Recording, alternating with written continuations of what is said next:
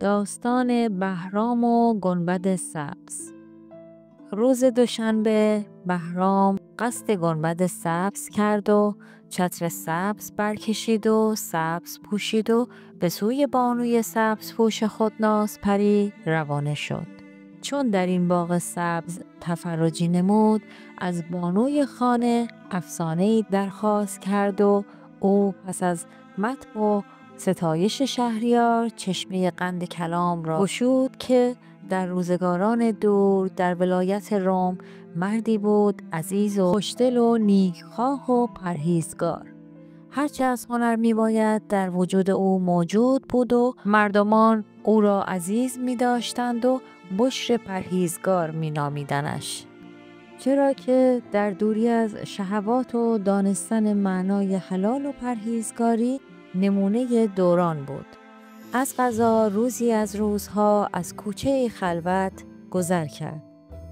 زنی نیز در حجاب و نقاب از کوچه در حال گذر بود که ناگهان باد فتنه ای را آغاز کرد و چادر از سر زن بیفتاد.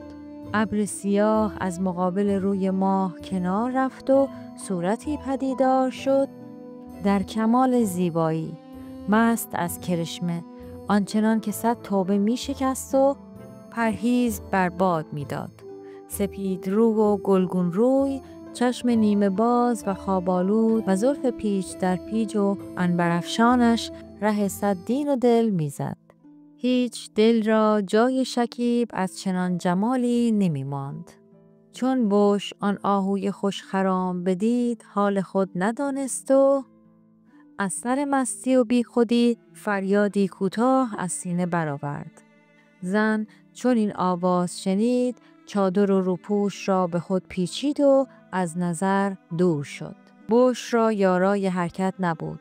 چون به خویشتن آمد خانه بررفته دید و خانه خراب.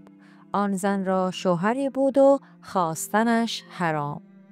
اما تمنای او از دل بشک به در نمی رفت و شکیبایی از وی سود نمی کرد. چون دید که اگر غافل شود شهوت بر او غالب شد و دین و آخرتش را به باد خواهد داد، قصد زیارت خانه خدا کرد و به او از این خواهش نفس پناه برد تا مگر دردش آرام گیرد. به خداوند پناه برد و سجده بر آستان او زد.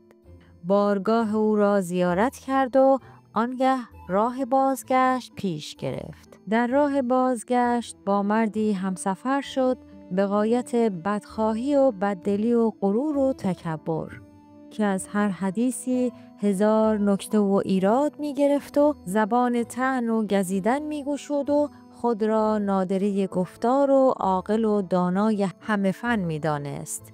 مرد از بشک پرسید: نام تو چیست ای مرد؟ بگو تا تو را بدان خوانم.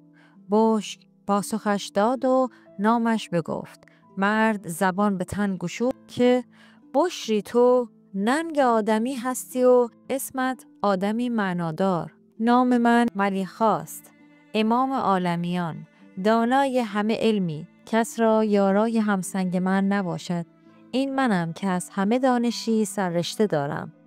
نجوم میدانم و طب، جادو میدانم و سحر. وگر پادشاهی را زوال رسد پیشبینیش میکنم. کیست که کیمیاگری بداند جز ملیخا؟ کیست که سحر بداند جز ملیخا؟ اندکی پیش رفتند تا اینکه در آسمان آبی یک ابر سپید و یک ابر سیاه پدید آمد. ملیخا از این امر در شگفت شد و علتش را از بشک پرسید. او پاسخ داد: خدای عالم است که این می کند. قدرت او بر همه چیزی غالب است. می تواند ابر را به هر شکل و رنگی که می خواهد درآورد. ملیخا پاسخ داد: این چه دلیلی است؟ تیر باید که بر نشانه بود.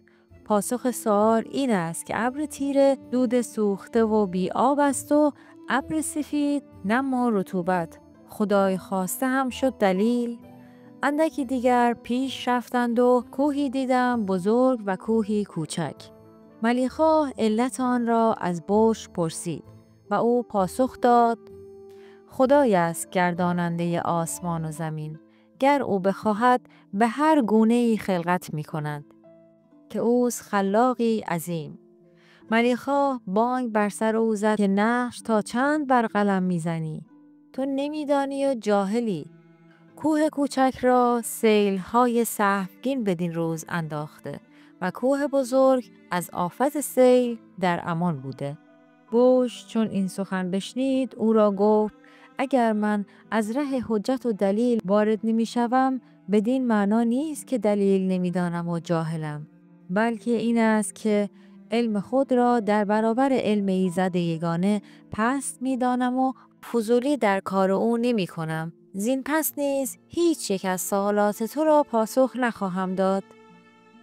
این را گفت و خاموش شد. راه ادامه دادند تا اینکه از گرما و خشکی صحرا به سایه درختی پر از شاخ و برگ رسیدند که در زیر آن در دل زمین سبوی بزرگی را دفن کرده بودند، طوری که بدنه سبو در دل خاک بود اما دهانش بیرون. آن سبو پر بود از آب زلال و گوارا.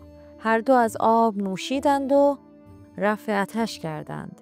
چون تشنگی رفت ملیخا بوش را گفت از برای چه این آب خنک را در این بیابان خشک گذاشتند؟ بوش پاسخ داد این کار نکو را بنده ای از بندگان نیک پروردگار انجام داده است. شاید نظری داشته برای رفع آتش حاجیان و زائران بارگاه او که از این کارها بسیار کردند. ملیخا زبان به تمسخر او گشود که در این بیابان پرتف و گرما و با این خشکی آخر چه کسی آب در دل خاک می‌گذارد؟ این کار دغل و دروغ است. این آب هم دامی است که صیادان برای صید خود گستردند، نه نظری که نیکو بنده‌ای در بیابان در راه خدا انجام داده است.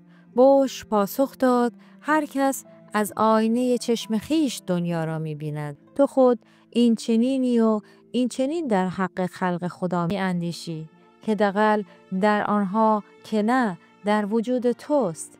ملیخا این سخنان را در نگرفت و ناگهان از جا برخاست و به آب زلال نگاهی کرد. جامه از تن درآورد که خود را در آب بشوید. بوش او را گفت آب خورده ای و آتش برده ای، حال می‌خواهی آب را چرکین کنی؟ اگر زائر و تشنه دیگری از راه برسد و آبی هوس کند از این آب آلوده چون بنوشد؟ مرد بدرنگ سخن او نشنید و جامه از تن درآورد به داخل سبو پرید. بوش بالای چاه منتظر او نشست. دیرگاه شد و او از آب بیرون نیامد. بوش را اندیشه در گرفت و از نبود ملیخا به جستجویش پرداخت. در آب نگریست و او را ندید. چوب بلندی از درخت کند تا عمق سبو را بسنجد.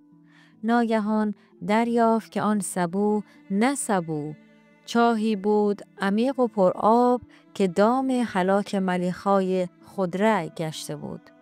لختی بعد جسم آن بدرنگ بر روی آب آمد و بوش آن را گرفت و خاکش کرد. گفت من و تو هر دو آب را دیدیم. تو آب زلال را دام بهایم خواندی و خود چون صیدی طعمه آب شدی و من نیک دیدم و نیک بر من رخ داد که تو به دام رأی بد خود اسیر شدی و غرقه جهل خود گشتی. این را بگفت و برخاست و اسباب و البسه ملیخا را گرفتن و به عهد و عیالش دادن خواست. چون که از بارش گشود کیسه های سکه دید و انباشته در بساط او. چشم از آنها فرو بست و بر نفس طماع غالب آمد و راه شهر پیش گرفت تا عیال و خانه‌اش را بیابد و امانت تحویل دهد. چون به شهر رسید و سراغ ملیخا را گرفت، خانه‌اش را نشان او دادند.